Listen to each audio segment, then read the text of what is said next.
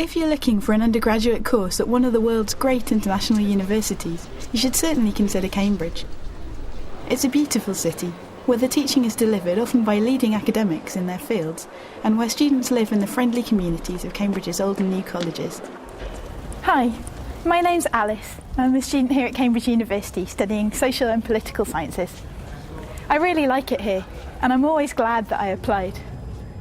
If you do apply for an undergraduate course here, you'll probably be asked to come to Cambridge, to one of the colleges, for interview. It's part of the selection process. I found the whole experience quite daunting to think about, mostly because I didn't know what to expect. I'm sure lots of other people applying to Cambridge feel the same. People often have questions about Cambridge interviews. What are they really looking for, and what does the process involve? I've come to talk to a member of the teaching staff to try and find out some answers. Well, we interview partly because on paper so many of the applicants look equally well qualified with top A-level grades and very good UCAS references. So the admissions tutors need something extra to distinguish between the applicants, and that's where interviews and some of the additional written tests that we do come in. Also, the interviews can actually help applicants who don't have much experience of Cambridge, because it is a chance for the interviewers to find out rather more directly about an individual's ability and their potential. Yeah. And so what would you say you're really looking for?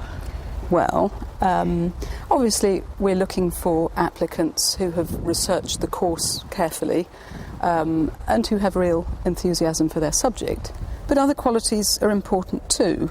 Applicants who are willing to try and think an argument through for themselves, aren't put off when things get complicated, who are open to new ideas and willing to use concepts as well as factual information. But of course, it's all very well to say these things.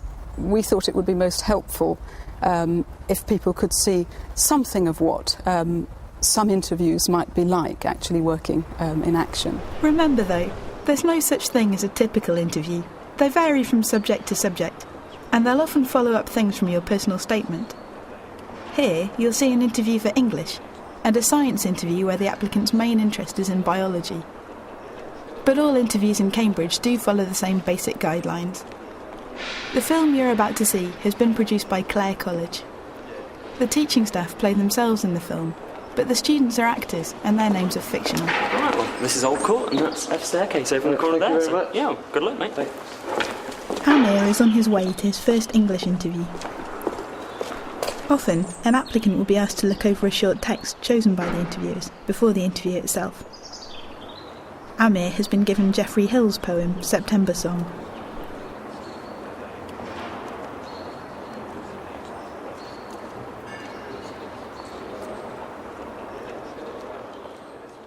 So who have we got next? Qureshi, I think it is. Oh, right, yeah, I remember.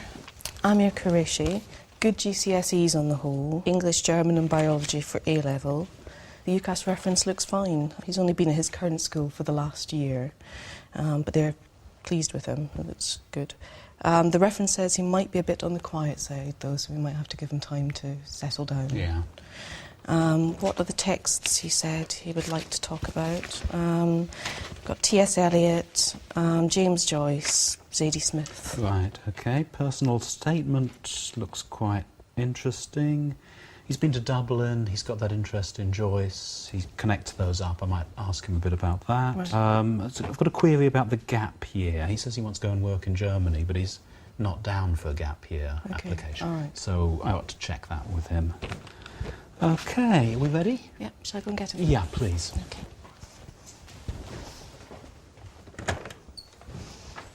Amir Qureshi. Hello. I'm Jackie Tustulis. I'm one of the English lecturers in the college. And this is Dr. Fred Parker, who's also one of the English specialists. Would you like to put your coat and your bag down there?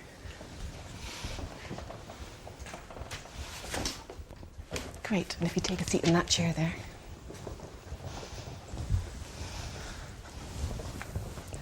OK, so you came from Nottingham last night, is that right? Yes, I stayed over in the college, made a couple of new friends. It was quite nice. Good, had a chance to look around. Yeah. But this is your first interview, is that right? Yeah. OK, well, let me explain to you how it's going to work. Basically, this will take about 20 minutes, and in a moment, Dr. Parker is going to ask you a few questions about the poem we asked you to read outside. Then I'd like to ask you about the reading list that you sent us, and then we've probably got a few questions about the things that you put in your personal statement. And then if you've got any energy left at the end, that's your chance to ask questions that you have about the college, about the course, etc. So is that okay? Yeah, that's fine. Yeah. Good. OK, so if we could start with the poem that you've been looking at. If I can start with the title. It's called September Song, and you can see from the line underneath one of the things that means. It's a poem about a Holocaust victim, a child who was deported in the month of September. What else is the idea of September doing in the poem?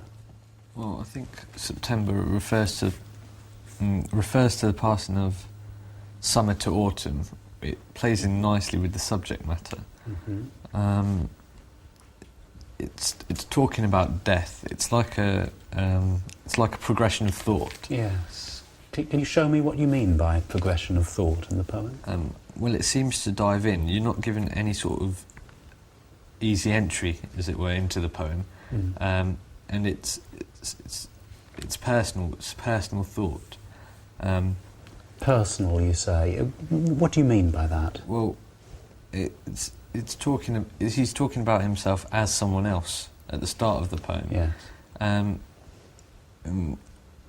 it's as if it's a different time, different period in the time of that person. It's as if he's trying to forget the bit where he puts in the brackets. It's a way of distancing the speaker from that period of time in the second half of the poem. Can I just take you to that second half and hold on still for a moment to that idea of September?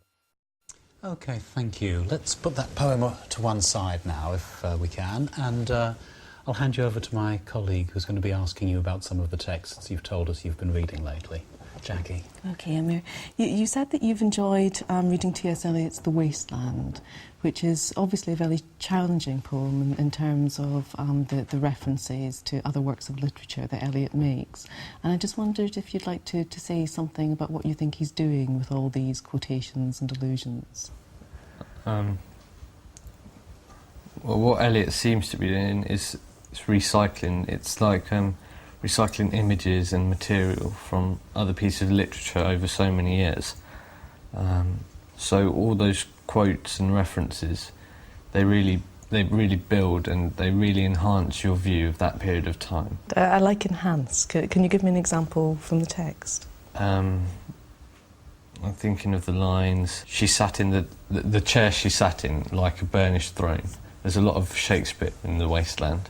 Yep, there is a lot of Shakespeare, and that line, of course, is from Antony and Cleopatra. So what do you think Eliot's up to when he's giving us this reference to ancient Egypt in a more modern work? Well, it makes us think of Antony and Cleopatra, and it makes us bring up ideas about the entire play. So we get the idea that and it makes us think about it in conjunction with The Wasteland and the time we live in now. Yeah, I see that. But the reference to Cleopatra and her throne comes at the beginning of a section that ends up with what could be seen as a fairly degraded scene in a London pub, with women talking about abortion and infidelity and false teeth. And, I mean, is Eliot saying that there is some connection between these great works of literature and modern experience? I kind of think that Eliot believes quite strongly in tradition. Can you give me an example of that? I mean, where in this particular section can you see that going on? Towards the end of the poem, there's something quite poetic in that final exchange. And by poetic, you mean?